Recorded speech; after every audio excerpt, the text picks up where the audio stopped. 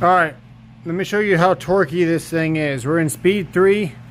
We're cutting very thick metal. We got a medium Diablo metal cutting blade right there with 0 oscillating. Yeah, that is some seriously thick metal. It's almost as thick as my wedding ring. Not quite. And yeah, it is slowly but surely getting it done.